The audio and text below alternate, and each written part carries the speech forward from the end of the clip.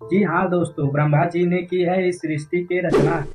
लोग उन्हीं को मानते हैं अपने इस सृष्टि के रचयिता। उन्होंने तो जिंदगी और मौत के बारे में लिखा, तो आज हम यही सीखेंगे क्यों नहीं होती उनकी पूजा। ब्रह्मा जी की पदवी है सबसे ऊंचा, फिर भी नहीं होती उनकी पूजा। पूरे विश्व में ब्रह्मा जी के केवल गिने चुने ही मंदिर है। उनमें से एक भारत में राजस्थान का मंदिर है, जो कि पुष्कर मंदिर से जाना जाता है।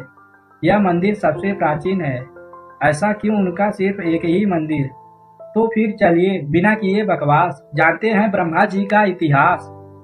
ब्रह्मा जी से ही वेद का ज्ञान हुआ। ब्रह्मा जी से ही वेद का आविष्कार हुआ। उनके तीन नहीं चार चेहरे हैं और चार भुजाएं। प्रत्येक भुजाओं में है वेद, इसी के कारण उनका अलग ही है फेस। ब्रह्मा जी हैं सबसे बड़े, फिर भी उनके सामने बहुत ही कम लोग रहते हैं हाथ जोड़कर खड़े। ब्रह्मा जी का पूजा न होने का मुख्य कारण। एक बार ब्रह्मा जी को सृष्टि के कल्याण के लिए धरती पर यज्ञ संपन्न करना था।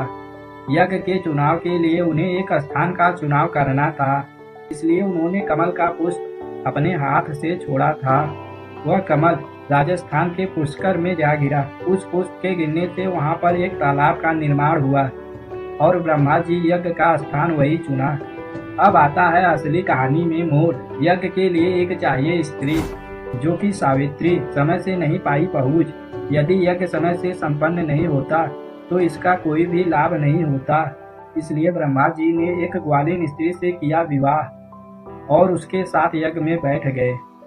यज्ञ के आरंभ होने के थोड़ी देर बाद ही वहां पर पहुंच गई सावित्री जी। तो वहां पर अपने स्थान पर किसी और को पाई, तो फिर उनको क्रोध आई और ब्रह्मा जी को श्राप दे दी। इस श्राप में उन्होंने कहा, अब संपूर्ण पृथ्वी पर आपकी नहीं होगी पूजा। कोई भी व्यक्ति उनको पूजा के समय नहीं याद करेगा। ऐसा श्राप कौन देता है भला, जो कि ब्रह्मा जी थे सबसे बड़ा। सावित्री जी को क्रोध में देखकर सारे देवता डर गए और सावित्री जी से कहा, अपना श्राप वापस ले ले। लेकिन इसमें तो थी नहीं किसी की साजिश, फिर भी नहीं होता श्राप वापिस। जब सावित्री जी का शांत हुआ क्रोध, तब उन्होंने निकाला एक स्रोत। उन्होंने कहा, ब्रह्मा जी ने की है जिस स्थान पर यज्ञ, इसी स्थान पर बस होगा उनका पूजा। इसी स्थान पर बनेगा उनका मंदिर। इसी कारण पुष्कर में ही होती ब्रह्मा जी की बस पूजा। जब सावित्री जी का क्रोध हुआ शांत, वह चली गई एकांत।